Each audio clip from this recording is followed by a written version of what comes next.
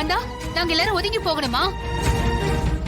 ஏதோ நான் தடுத்ததுனால போங்கின கைய கதிர் நிறுத்திட்டான். இல்லனா இந்நேரம் உன் கண்ணும் பழுத்திருக்கும். ச்சே, எவ்வளவு அவமானப்பட்டாலும் அசிங்கப்பட்டாலும் நீ திருந்த மாட்டல. புவனேஸ்வரி, இப்ப சொல்றேன், நல்லா கேட்டுக்கோ. என் புருஷன் சொன்னதுக்காக மட்டும் இல்ல, உன்னோட அராஜகத்தை ஒழிக்க நான் இந்த தேர்தல போட்டி போடுவேன். உன்னை ஜெயிச்சு காட்டுவேன். உன்னால என்ன பண்ண முடியுமோ அதை பண்ணிக்க போ. நீ எல்லாம் விரல ஒசத்தி பேசுற அளவுக்கு ஆயிடுச்சுல்ல. இந்த புவனேஸ்வரி கிட்ட மோதனா என்ன ஆகும்னு உனக்கும் உன் குடும்பத்துக்கும் புரிய வைக்கிறேன்டி.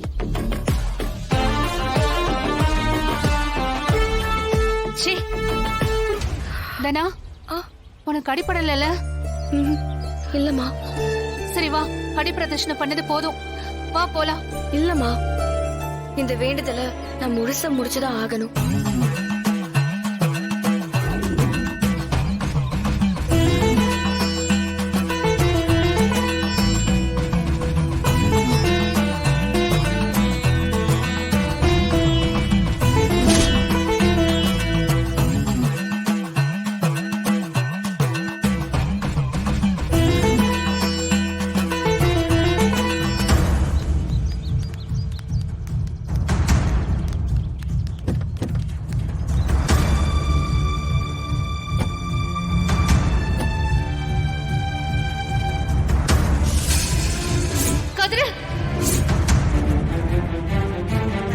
ஏதோ நான் தடுத்ததுனால போங்கின கைய கதிர் நிறுத்திட்டான். இல்லனா இந்நேரம் உன் கண்ணும் பழுத்திருக்கும். மில்லுல வேலை பார்த்தப்பவே கதிரோட கைய முறிச்சு விட்டுருக்கணும். அத நான் செய்யாததுனால என்னையே அறியறதுக்கு கைய ஓங்கிட்டு வரானே. அந்த சாணகி தடுக்கலனா என் கண்ணும் பழுத்து இருக்குமா?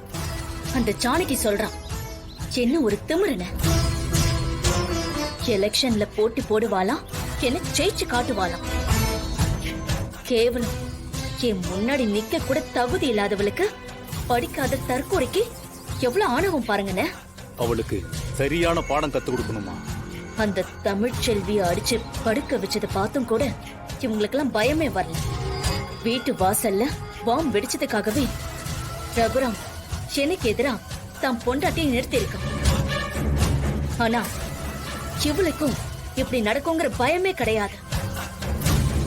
எனக்கு என்ன தோணுதுன்னா, ஜானகிய நாமினேஷன் பண்ண விட கூடாதுன்னு. நீ என்ன பண்ணணும்னு சொல்லுமா, நான் அதை செஞ்சு முடிக்கிறேன். அவங்க வீட்டு வாசல்ல பாம் வச்சும் அவ பயப்படலன்னா, அப்படின்னா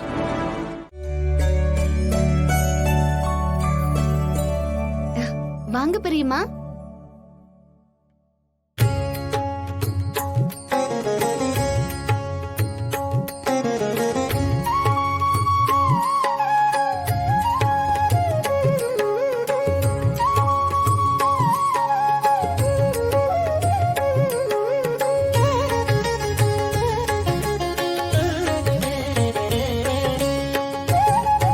ஜானகி, இன்னைக்கு நீ ரொம்ப அழகா இருக்க தெரியுமா? ஏன் கண்ணை பட்டுடும் போல இருக்கு. பாட்டி, உங்க கண்ணெல்லாம் ஒன்னும் பண்ணாது. நான் பெரியம்மாவுக்கு திருஷ்டி கழிச்சிட்டேன். ஓஹோ, சரி சரி சரி. தங்கச்சி, உன்னை இப்படி பார்த்தா புதுசா இப்பதான் அரசியலுக்கு வர்ற மாதிரியே தெரியல. அவ்வளவு லட்சணமா இருக்க. அப்படி சொல்லுங்க மாமா. ஆமா அண்ணி, உங்களை பாக்குறது புதுசா பாக்குறது மாதிரியே இல்ல. உங்ககிட்ட ஒரு கம்பீரம் இருக்கு.